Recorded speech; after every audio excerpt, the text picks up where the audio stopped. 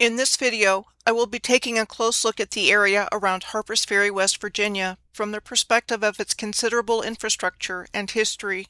I will demonstrate as I go through here that a case can be made that all of this infrastructure has connections to an original energy grid that we have not been told about, and in fact, there are still energy-related facilities through here to this day. Harpers Ferry is also a unique location to study in that, along with its hydroelectric energy infrastructure, it figured prominently in the Civil War era, with historical events and battles taking place in and around Harpers Ferry itself.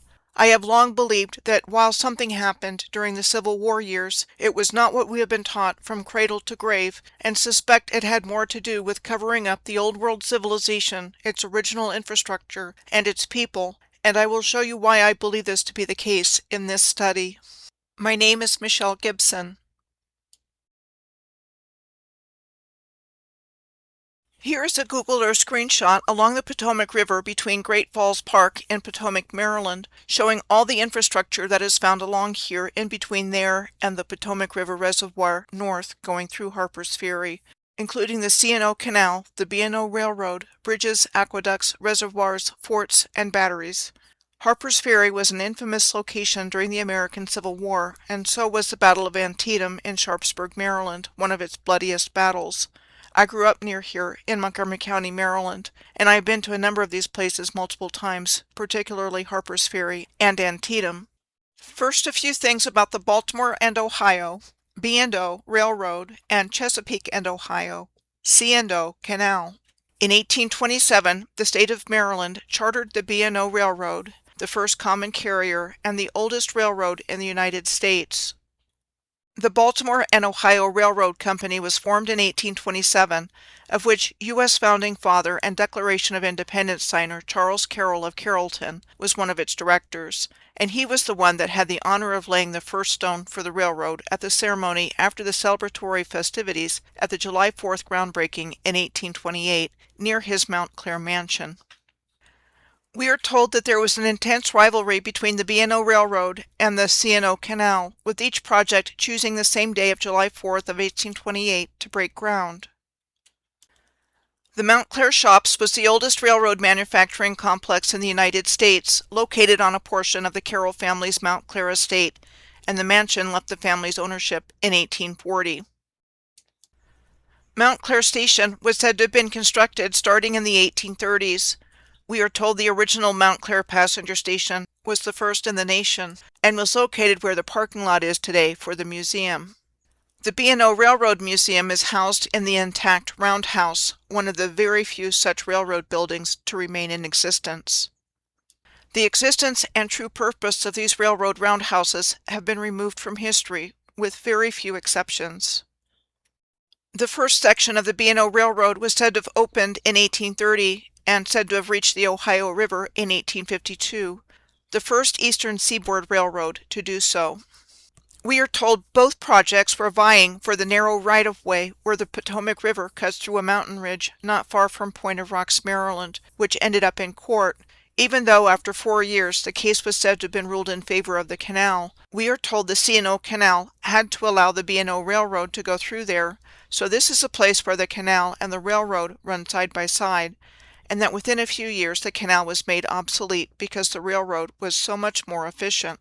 And this incredible engineering feat of canals and railroads running side by side is found in countless other places, with examples like this one in Bethlehem, Pennsylvania, and this one of the Ship Canal on Michigan's Keweenaw Peninsula.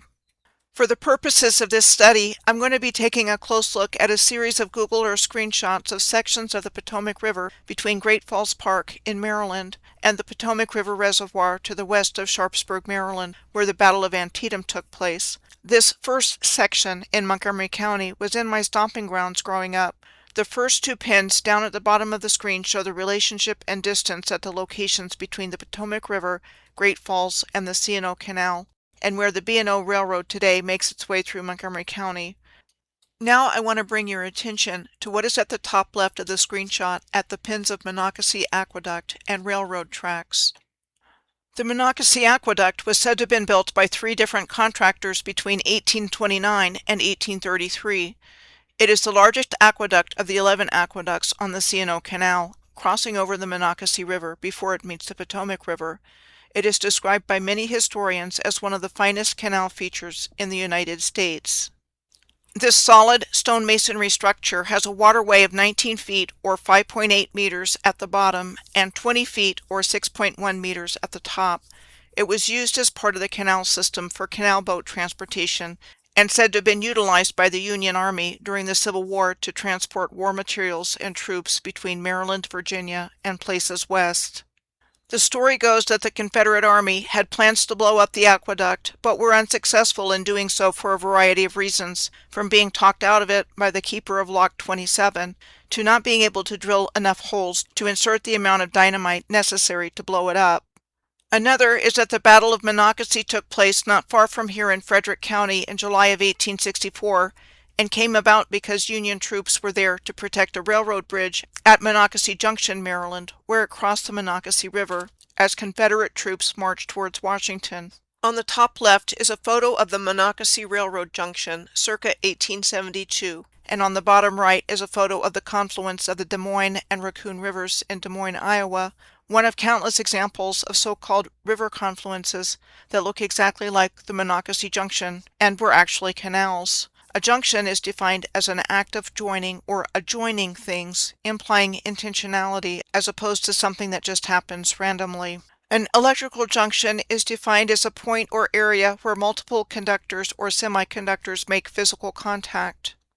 The next point of information here that is noteworthy is that there is another railroad junction near the Monocacy Aqueduct itself, where another rail line branches off from the main B&O rail line that runs closer to the Potomac River and C&O Canal here. Also, the C&O Canal here is hard to distinguish from the Potomac River in this location. The short Dickerson spur line ends at the facilities for the Dickerson plant and Covanta, Montgomery.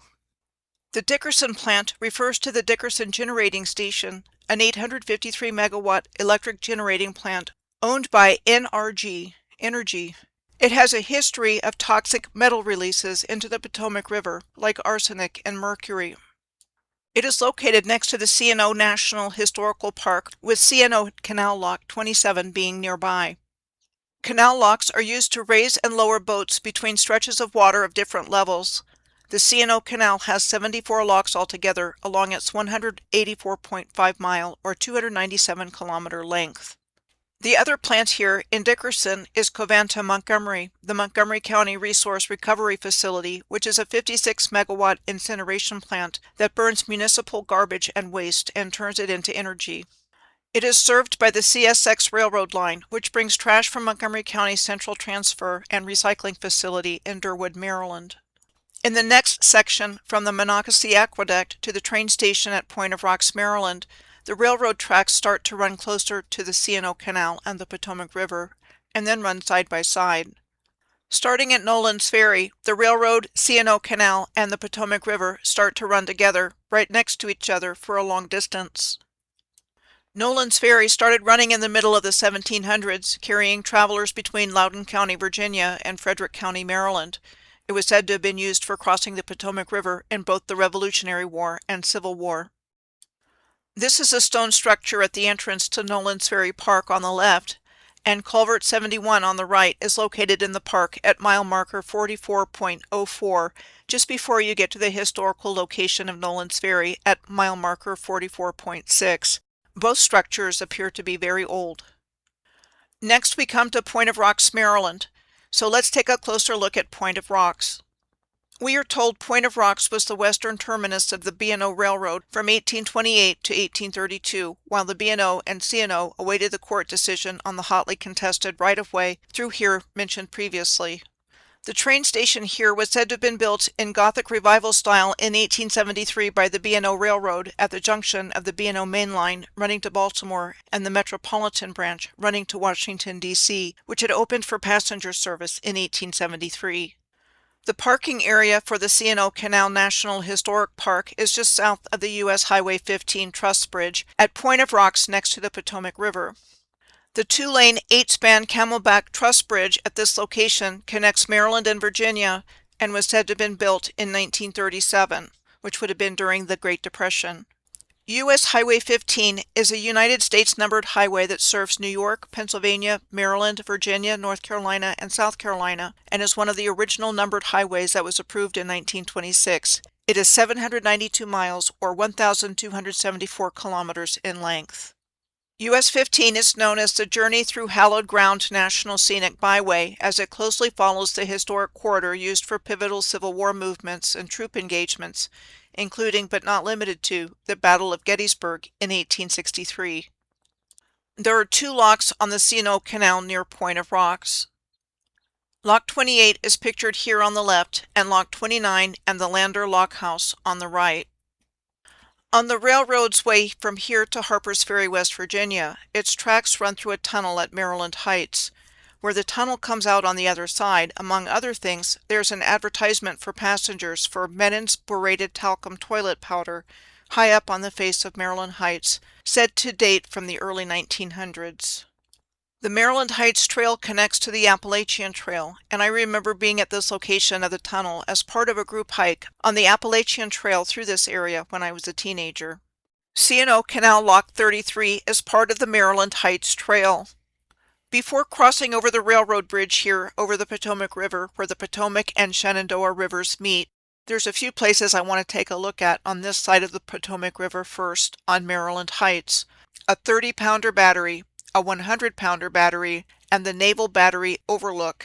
On the Stone Fort Loop Trail of the Maryland Heights Trail, the 30-pounder battery was said to have been the first earthen battery built by the Federals in the fall of 1862 at the end of a towering plateau that perfectly commanded the summits of Bolivar and Loudon Heights facing south.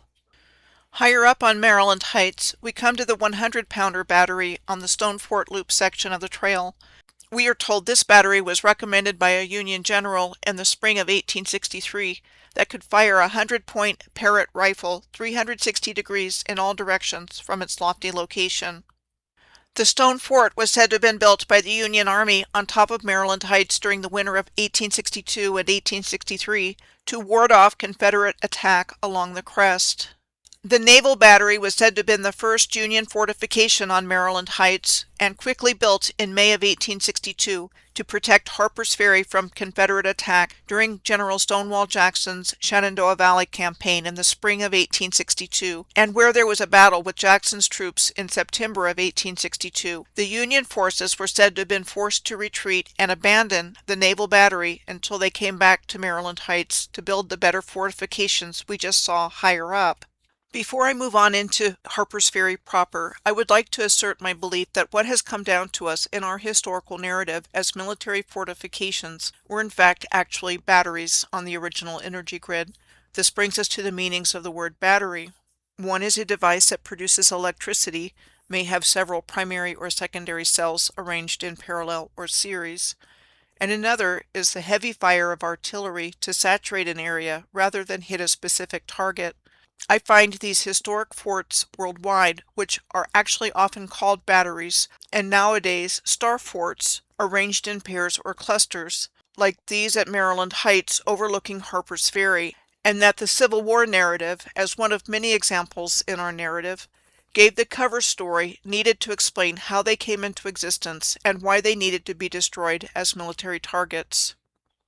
So I believe that what came down to us as fortifications and artillery batteries in our narrative originally functioned as batteries for the Earth's original grid system, in the same way that the batteries we use in our daily lives produce electricity for our various devices. Now getting back to Harpers Ferry, there's a set of railroad bridges crossing the Potomac River at the confluence of the Potomac River and Shenandoah River for two different lines. One continues along the Potomac River, and the other is a line that runs next to the Shenandoah River. What is known as John Brown's Fort sits at the confluence of the two rivers. It was said to have been built in 1848 as a guard and fire engine house for the Federal Armory at Harpers Ferry. Master Mason John Brown was best known for the Harpers Ferry raid on October 16th of 1859. His plan was to raid the Federal Armory and instigate a major slave rebellion in the South, and he had no rations or escape route. In 36 hours, troops under the command of then Lieutenant Colonel Robert E. Lee had arrested him and his cohorts, who had withdrawn to the engine house after they had been surrounded by local citizens and militia. While his plan was doomed from the start, we are told John Brown's raid served to deepen the divide between the North and South in the years leading up to the Civil War. John Brown was hung on December 2nd of 1859, less than 2 months after the onset of the Harpers Ferry raid. Did John Brown take one for the team, or did he not see that one coming? John Brown's Wax Museum in Harpers Ferry first opened in 1963 and permanently closed in 2024 after the owner sold the building. The museum depicted the life of John Brown in the Harpers Ferry raid, and it is my opinion that this museum, and all museums for that matter, are in place to reinforce the official historical narrative in the mind of the public. Interestingly, we are told that many of the bricks of John Brown's fort were taken and sold as souvenirs, and that John Brown's fort was said to have been moved 4 times, to Chicago for an attraction at the 1893 World's Columbian Exposition, back to Harpers Ferry on the Murphy Farm in 1895, Storrs College in Harpers Ferry in 1909, and back to its present and close to its original location by the National Park Service in 1968.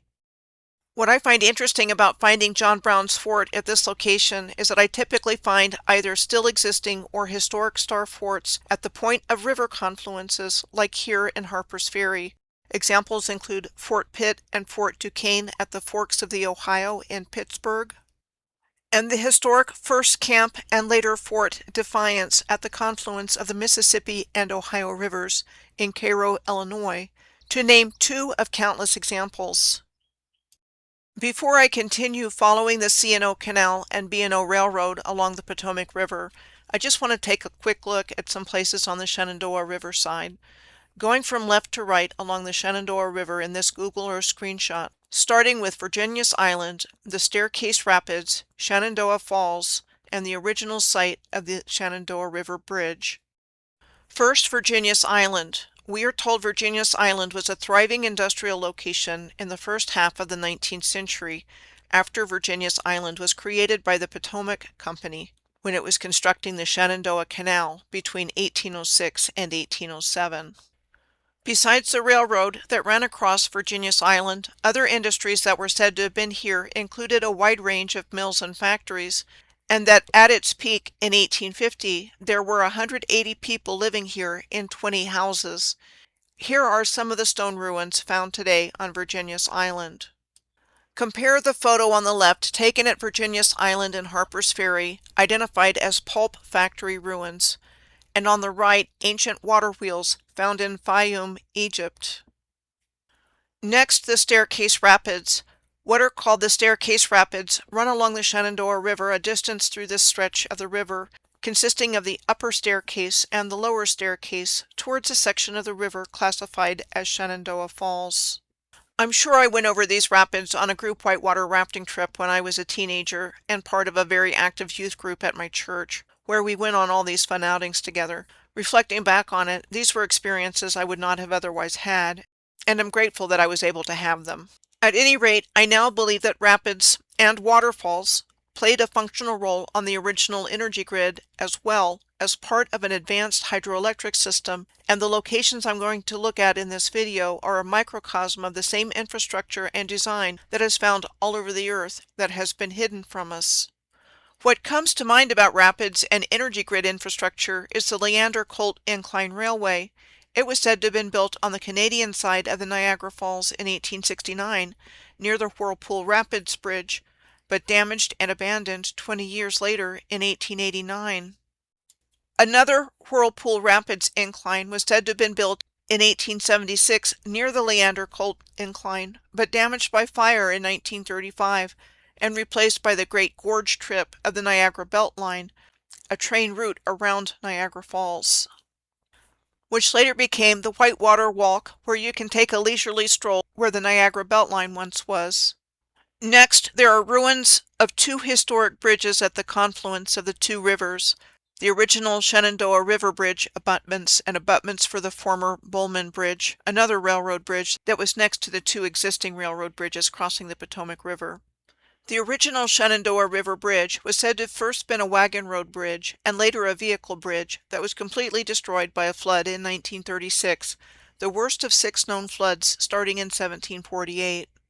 The 1936 flood crested at 36.5 feet or 11 meters, along with the Shenandoah River Bridge and many businesses in the lower town of Harpers Ferry. The Bowman Railroad Bridge was completely wiped away in the same flood. Both ruined bridges were also said to have suffered damage during the Civil War, but rebuilt for use until they were completely wiped out by the floodwaters in 1936. Now heading up the Potomac River from the confluence of the two, the Potomac has rapids through here, as well as a hydroelectric power plant. It was said to have been built in 1888 and operated from 1899 to 1991, and was originally part of a wood pulp mill, and after a fire in 1925, operated only as a powerhouse. Following the Potomac River from the old power plant ruins, we soon come to Lock 34, Dam 3 ruins, and Fort Duncan. The railroad tracks follow the Potomac River up until the river bend at the Dam 3 ruins, and then veers off across the countryside. The C&O Canal Lock 34 is at mile 61.5 of the canal's towpath, just north of Harpers Ferry. The next place we come to on the Potomac River after Lock 34 are the ruins of Dam 3, an inlet lock, Lock 35 and Lock 36, around mile 62 of the canal towpath. Dam 3 was said to have been built in 1799 to serve the armory at Harpers Ferry. The dam was said to be ineffective, rebuilt once in 1820, and then in 1832, used by the C&O Canal for its purposes. The inlet lock, Lock 35 and Lock 36 are in close proximity to the ruins of Dam 3. The historical location of Fort Duncan is less than a half-mile north from the location of the Dam 3 ruins and the lock infrastructure, up a steep hill.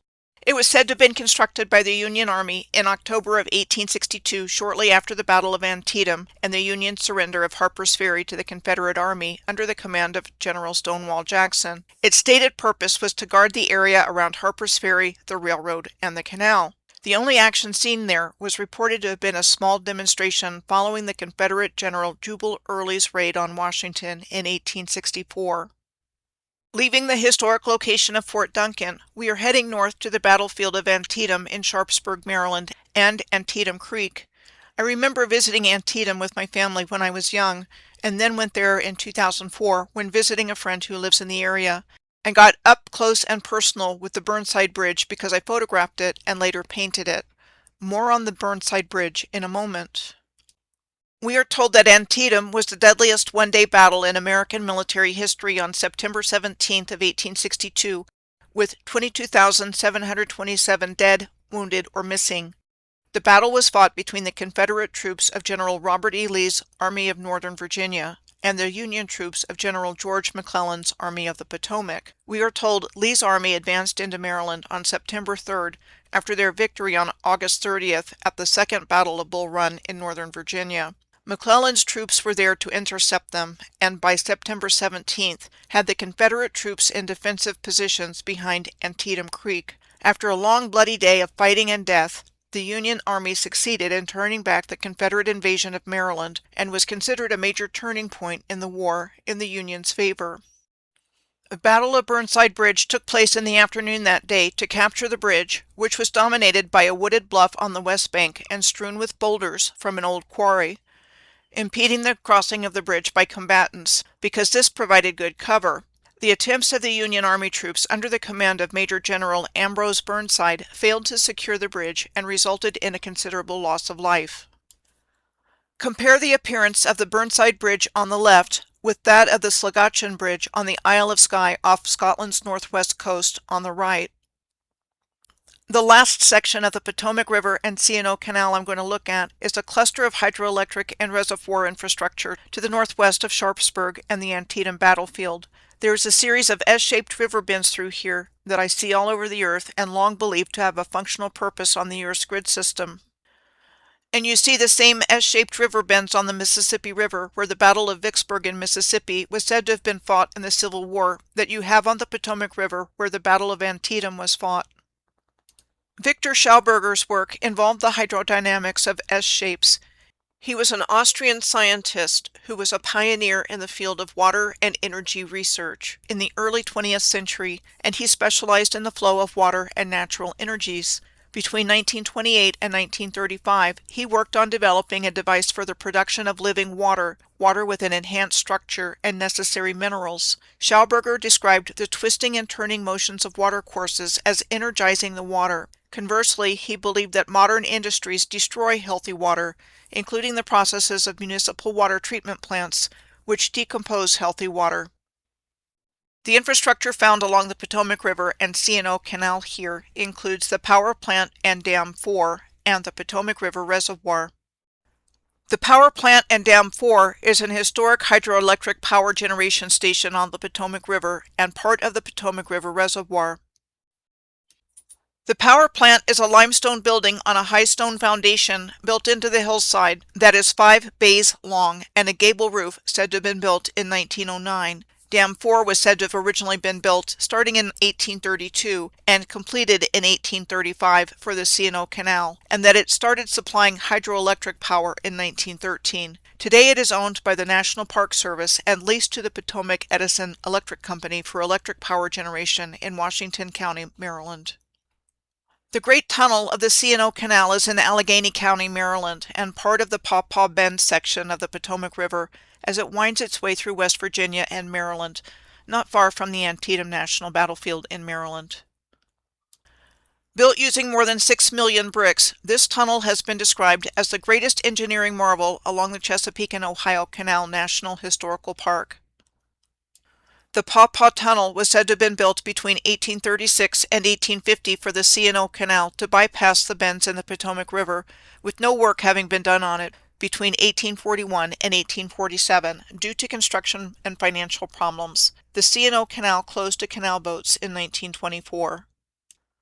We are told that the C&O Canal and other canals were made obsolete because the railroad was so much more efficient and canals just couldn't compete with them, like the Wabash and Erie Canal in Indiana, among countless others, which was said to have been built during roughly the same time period as the C&O Canal. Canals like the C&O Canal subsequently became a popular hiking, biking, and canoeing venue, as we also see with the rails that quietly became trails when no one was paying attention. This changed the energy flow from what the original integrated energy system was generating to power the electrical grid to human energy. We may not be all of it, but we are definitely a part of it. So exactly how do you go about hiding giants and their advanced civilization?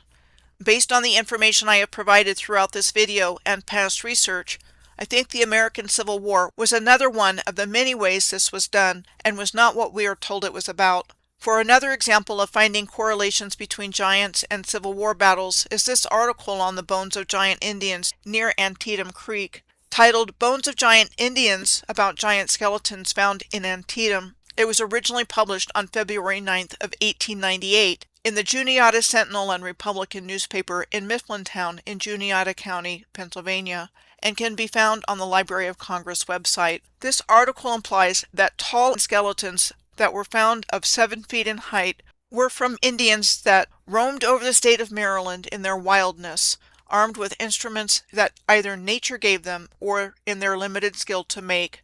It further goes on to say that the locality from where these skeletons came, near Antietam Creek in Frederick County, was supposed to have been the battleground of 2 tribes of Indians, the Catawbas and the Delawares. According to this claim, some Catawbas overtook a band of Delawares living at the mouth of the Antietam and annihilated them. But Dr. Philip Uhler, president of the Maryland Academy of Sciences and provost of the Peabody Institute, after a careful review of the locality, found there was no evidence to support this claim of a battle other than some spears and arrowheads found there. This location of Antietam Creek and the alleged battleground between the 2 Indian tribes would not have been far in distance from the location of the Battle of Antietam, so exactly how was Dr. Philip Uhler supposed to find any evidence around 1898 of an historical battle between giant humans in a place with an even more recent battle in 1862, and of this magnitude? The Peabody Institute mentioned in the article immediately caught my attention.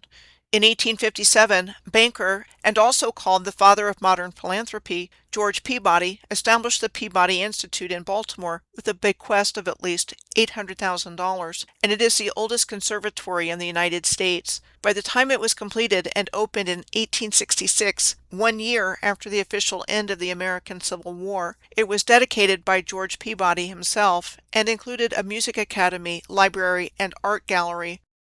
That entrance at the east wing of the George Peabody Library sure looks proportionally like it's made for much bigger people than we are today. George Peabody's bank became the premier American banking house in London after he took up residence from Baltimore to London permanently in 1837 and went from being a wholesale dry goods and cotton merchant to a merchant banker offering securities in American railroad and canal enterprises to British and European investors. He started a banking business trading on his own account a year after he moved to London, and by 1851 he established the banking firm of George Peabody and Company to meet the increasing demand for securities issued by American railroads, and his company specialized in financing governments and large companies. According to the Secret Founding of America book by Nicholas Hager, George Peabody was the Freemasonic banker from whom money was transferred to the Southern insurrectionists, and he hired the father of J.P. Morgan to handle the funds when they arrived in the United States. So, as I've been showing throughout this video, the events in our historical narrative about the Civil War in the greater area around Harpers Ferry take place in a location noteworthy for its historic forts, rivers, canals, railroads, and hydroelectric plants. The original rail lines and canals would have been providing power for the free energy system, and the original infrastructure would have provided the Antiquitech to process and utilize the free energy throughout the worldwide system. The original energy grid system was based on exact and precise geometric alignments of cities and places all over the earth. Other examples of places with the same infrastructure found at Harpers Ferry is the Sioux, the nickname given to the Sault Ste. Marie of Michigan and Ontario, and the Niagara Falls region between New York State and Ontario. First, the Sioux. The city of Sault Ste. Marie was said to have been founded by the French Jesuit missionary Father Jacques Marquette in 1668. It was said to be named for both the Sioux, the name given to the St. Mary's River Rapids, and the Virgin Mary, and called the first European city in the Great Lakes region. Sault Ste. Marie was one city until the border between the United States and Canada was established at the St. Mary's River in a treaty after the War of 1812, creating Sault Ste. Marie, Michigan, and Sault Ste. Marie, Ontario. And on both sides of the river, the area is referred to as the Sioux. Sault Ste. Marie is the oldest city in Michigan and said to be the third oldest city in the United States. The Sioux Locks, the largest waterway traffic system on Earth, are called the linchpin of the Great Lakes, allowing ships to travel between Lake Superior and the lower Great Lakes. Lake Superior meets Lake Huron with a 21-foot or 6.4-meter drop in elevation. Next, Niagara Falls. In our historical narrative, we are told Europeans started entering the Niagara River area between Lake Ontario and Lake Erie in the 17th century, with Frenchman Robert de La Salle given the credit for building Fort Conte at the mouth of the Niagara River in 1679 as a base for exploring the Northwest Passage to Japan and China to extend France's trade. The location we are given for Fort Conte is Old Fort Niagara, where the Niagara River meets Lake Ontario. Robert de La Salle was accompanied by Belgian priest, missionary, and explorer of the North American interior, Franciscan Father Louis Hennepin, said to have been the first European to see the Niagara Falls. Father Hennepin was a contemporary of the French Jesuit Father Jacques Marquette, who, besides founding Sault Ste. Marie, explored all over Lake Superior, Lake Michigan, and Green Bay in our historical narrative. Niagara Falls has been called a hydroelectric mecca. Niagara Falls, the largest waterfall by volume in North America, consists of a group of 3 waterfalls on the Niagara River spanning the international border between New York and Ontario. Horseshoe Falls in Ontario, and Bridal Veil Falls and American Falls in New York. 3,160 tons of water flow over all 3 of the Niagara Falls every second, with water plunging 32 feet or 10 meters, hitting the base with 280 tons of force at the American and Bridal Veil Falls, and 2,509 tons of force at the Horseshoe Falls. Niagara Falls is capable of producing 4 million kilowatts of electricity, which is shared by the United States and Canada, and is also noteworthy for its present-day and historic hydroelectric and power generation facilities. This is what I've come to believe has taken place here over the course of my 8 years of research.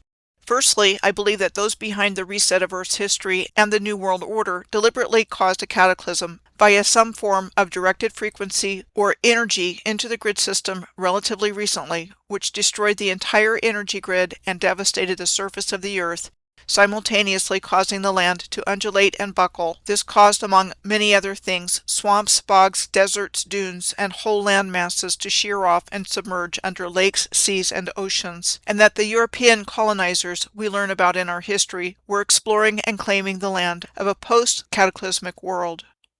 Secondly, I believe that the original civilization of the Earth was nothing at all like what we've been taught, even though the clues and evidence for the highly advanced, original, ancient advanced Moorish civilization surround us all over the Earth. We don't recognize the clues and evidence as such because we have no points of reference for them, because Earth's true history is not included in the historical narrative we've been given, and instead we've been given a fictional explanation for our history and how everything came to be in our world. In my video, The Backfill of History and the Shaping of Our New Historical Narrative, I have expressed my belief, among other things, that famous authors were being used as programming devices with which to shape our collective minds with a new historical narrative and history that we have been thoroughly educated in, and completely covering up what was once a worldwide ancient advanced Moorish civilization. I have identified a 450-year timeline between the fall of the Moors in Granada in 1492 and 1942, midway through World War II, with 1717 as the midpoint year, that I believe our new false paradigm was based on, and believe that at some point in our narrative, world history has been fabricated and backfilled, and that at some point in our relatively modern history, likely sometime in the 1700s, history became real with the controllers writing themselves in to the new historical narrative. Thirdly, I believe the beings behind the cataclysm were shovel-ready to dig enough of the original infrastructure out of the ruined Earth so they could be used and civilization restarted, which I think started in earnest in the mid to late 1700s and early 1800s. It's important to note that the Ames Shovel Shop was established in Easton, Massachusetts in 1803. It became nationally known for providing the shovels for the Union Pacific Railroad, which we are told opened the West. It was said to have been the world's largest supplier of shovels in the 19th century. The year of 1803 that the Ames Shovel Shop was established was in the same time period as the following historical events. The Lewis and Clark expedition, also known as the Corps of Discovery, started on May 14th of 1804 and lasted until September 25th of 1806, with a mission to explore and map the newly acquired western portion of the country after the Louisiana Purchase. We are told the Louisiana Purchase was the acquisition of the territory of Louisiana by the United States from France, with the signing of the Louisiana Purchase Treaty on April 30th of 1803, which was officially announced on July 4th of 1803. It was said to have doubled the size of the United States and paved the way for the nation's westward expansion. One of the negotiators with France for the terms of Louisiana Purchase in 1803 on behalf of President Jefferson was the minor French nobleman Pierre Samuel Dupont de Nemours, who was living in the United States at the time. His son Eleuthère Irénée Dupont, a chemist and industrialist, founded the E.I. Dupont de Nemours and Company to manufacture gunpowder and explosives in 1802, with the DuPonts becoming one of America's richest families, with generations of influential businessmen, politicians, and philanthropists. So besides the Ames Shovel Shop and the Louisiana Purchase showing up in our narrative in 1803, and the Lewis and Clark expedition to explore the Pacific Northwest from 1804 until 1806, we have the founding of the DuPont Gunpowder and Explosives Company in 1802 in Wilmington, Delaware. So two products were established at the very beginning of the 1800s that you would need to dig out infrastructure: shovels and explosives. The co-owners of the Ames Shovel Shop at the time the railroads were being brought online were the Ames brothers. Oliver Ames Jr. was the president of the Union Pacific Railroad from when it met the Central Pacific Railroad in Utah for the completion of the first transcontinental railroad in North America in 1869, just 4 years after the end of the American Civil War. The other brother, Oakes Ames, was a member of the U.S. Congress House of Representatives from Massachusetts' 2nd District from 1863 to 1873. Oakes was credited by many as being the most important influence in building the Union Pacific portion of the first transcontinental railroad. The Pacific Railroad surveys, a series of explorations of the American West between 1853 and 1857, just a few years before the beginning of the American Civil War in 1861, had the stated purpose of finding and documenting possible routes for a transcontinental railroad across North America. There were 5 surveys conducted: the Northern Pacific Survey from St. Paul, Minnesota to Puget Sound, the Central Pacific Survey from St. Louis, Missouri to San Francisco, California, the Southern Pacific Survey from Oklahoma to Los Angeles, California, the Southern Pacific Survey across Texas to San Diego, California, and along the Pacific coast from San Diego, California to Seattle, Washington. All were carried out under the direction of the U.S. Secretary of War, Jefferson Davis, the future President of the Confederacy during the American Civil War. We are told the volumes of information that were produced from these surveys were considered to constitute the single most important contemporary source of knowledge on Western geography and history, and that their value was greatly enhanced by beautifully illustrated color plates showing the scenery, native inhabitants, and fauna and flora of the West. What if the Pacific Railroad surveys were undertaken to explore a ruined landscape? Surveying, as in the definition of surveying meaning looking at and observing everything, including pre-existing rail infrastructure, in order to restore it to use once again. What if the deserts in North America weren't always deserts, as we have been taught to believe? By May of 1869, just 4 years after the end of the American Civil War, the first transcontinental railroad in North America was completed with the hammering of the Golden Spike, connecting the Union Pacific Railroad with the Central Pacific Railroad at Promontory Summit in what was then the Utah Territory. We are told that the federal government operated a land grant system between 1855 and 1871, which included the years of the American Civil War between 1861 and 1865, where new railway companies in what we are told was the uninhabited West were given millions of acres they could sell or pledge to bondholders. Oakes Ames was also noted for his involvement in the Credit Mobilier scandal of 1867 during the time of the land grant system. Regarding the improper sale of stock of the railroad's construction company, he was formally censured by Congress in 1873 for this involvement, and he died the same year. 10 years later, he was posthumously exonerated by the Massachusetts State Legislature on May 10th of 1883. Early bankers like the previously mentioned George Peabody and the Brown Brothers and Company were heavily involved in financing the railroads.